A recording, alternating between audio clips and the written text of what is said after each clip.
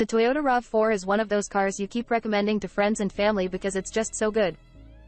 As for the updated 2023 Toyota RAV4 Prime, it's the most expensive RAV4 in the lineup, but the trade-off is you get something that's still wonderfully practical in addition to not having to sip on fuel quite as often. See, I've been giving my parents unsolicited car buying advice since before my 10th birthday. Finally, after I'd been writing for Motor Trend for a bit, my dear mother actually asked for my advice to replace an aging crossover. Upon hearing her priorities, plug-in hybrid, SUV seating position, good feature content, relatively affordable, safe, I was well prepared to offer a thoughtful, appropriate recommendation. I suggested a RAV4 Prime and she went and bought one, which meant I was on the hook if she didn't like it. It's been a couple of years since the RAV4 Prime made its debut, and given how quickly things advance and innovate in the automotive space, it's worth revisiting this plug-in to see if it still holds up. Just 2 years after Toyota introduced the plug-in hybrid version of its most popular SUV, the RAV4 Prime sees a noteworthy update. The range-topping XSE trim now features a new 10.5-inch touchscreen infotainment setup in place of the previously dated-looking standard 8.0, and optional 9.0-inch displays, now running Toyota's latest gen software. That means improved navigation, dual-device Bluetooth connectivity, integrated Apple Music and Amazon Music streaming, and AI-powered voice recognition born from a collaboration with Google. Toyota has also added an available 12.3-inch digital instrument cluster, standard wireless Apple CarPlay and Android Auto, over-the-air update capability, and an improved 4G Wi-Fi hotspot. Safety features see improvement this year, too, with Toyota Safety Sense 2.5. The rest of the plug-in RAV4 remains unchanged. Anyone coming from a traditionally powered crossover, like my mother, will be seriously impressed by the RAV4 Prime's powertrain. The internal combustion half consists of an unexciting 2.5-liter i4 contributing 177 horsepower and 165 pound-feet of torque, but what separates the Prime variant is its pair of electric motors. The front two-motor power unit develops a healthy 179 horsepower and 199 pound-feet while the rear motor pitches in an additional 53 horsepower and 89 pound-feet. Combined output amounts to 302 horsepower. Our test team was impressed by its consistent power off the line. The 2023 RAV4 Prime achieved the same 5.5-second 0-60 mph time as its 2021 twin, which makes it the quickest of the RAV4 range and the zippiest Toyota that doesn't have Gazoo Racing in its name. The test crew had less kind words for the brakes, tires, and suspension, however. Insufficient tire grip contributed to poor 60-0 mph braking and figure-8 results, and testing notes mentioned soft suspension and a squishy brake pedal. Toyota likely made its tire choice for a reason. We reckon most RAV4 Prime buyers, mom included, would prefer a slight bump to efficiency and electric range, more on that in a moment, than improved traction in a limit handling situation. Look at the power figures, and it's obvious Toyota's first plug-in hybrid SUV is more of an EV than a traditional gas-powered offering. That comes through on the road.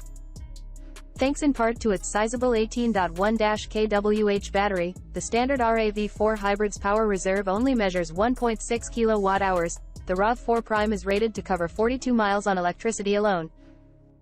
In practice, the plug-in hybrid almost always feels electrically driven.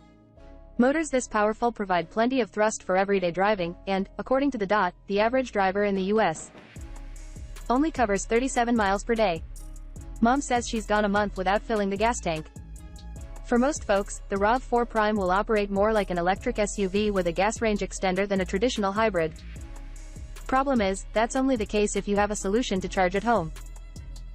Even if you can find somewhere to plug in the optional 6.6 kW charger or find a compatible public charger, it'll still take at least 2.5 hours to charge. So, it's not especially suitable for apartment dwellers and those who can't charge overnight. The RAV4 Prime still achieves an impressive 38 mpg combined once the battery is drained, but by that point, you'd also be forced to consider the standard RAV4 hits 40 mpg. When the gas engine does fire up, it's largely non-intrusive and operates in the background. The motors are still able to handle low-speed propulsion and fill gaps in the internal combustion engine's power delivery, even when the rechargeable portion of the battery has been depleted. The partially electric powertrain has another benefit, too. We've called the gas RAV4's ride quality a bit rough and bouncy, but that's not the case with the Prime. The additional weight of the motors and battery lend a planted solidity to the crossover's suspension. Ride quality here feels more appropriate for a product with a Lexus badge, though with that comfort comes nosedive under braking and significant body roll through tight corners.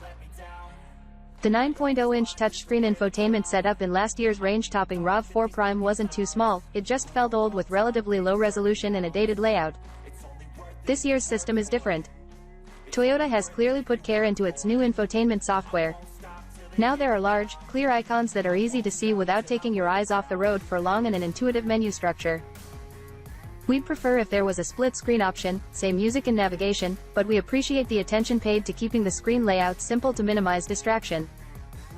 Plus, you can view additional info in the new for 2023 digital instrument cluster. The new voice assistant consistently hears and processes requests too, which is far from a given with systems like these. It makes it easy to alter audio, control climate, or enter a destination in the surprisingly usable navigation system, and the assistant is smart enough to offer a list of restaurants if you tell it you're hungry. Unfortunately, after a trial period, owners will need to pay a subscription fee for those services. We also appreciate the interior materials, a mix of synthetic leather, plastics, and soft touch rubbers. The volume and climate control knobs are especially satisfying with diagonally ridged rubber, and you feel that same premium touch every time you reach for the interior door handle. 2 gripes? The rear seats don't fold flat, and the heated steering wheel only warms a portion of the rim. Our fully loaded windchill white RAV4 Prime XSE stickers for $52,844 thanks to a $2,585 premium package, and the most affordable version of the plug-in RAV4 will still set you back $44,425, a near $10,000 jump over a comparable RAV4 hybrid. Also, since my mother made her purchase, the RAV4 Prime no longer qualifies for a $7,500 federal tax credit following the assembly location requirements of the 2022 Inflation Reduction Act. Based on IntelliChoice 5-year cost of ownership data, the RAV4 Prime is also the most expensive to own of the RAV4 lineup, mostly due to higher depreciation and insurance costs. There are also new plug-in hybrid competitors like the more affordable, though slightly smaller, Dodge Hornet RT, as well as the Kia Sportage and Hyundai Tucson PHEV siblings, though these latter two boast less all-electric range. So do I stand by my recommendation? For a buyer in late 2020, absolutely, considering the tax credit and lack of competition. For what it's worth, my mom loves the car. 3 years later, the RAV4 Prime is still a competitive, quick, comfortable compact, now with a breath of modern tech to keep it feeling fresh. My, and Motor Trend's 2023 recommendation comes with more caveats, but if you can charge at home and afford to upgrade, the RAV4 Prime is worth it.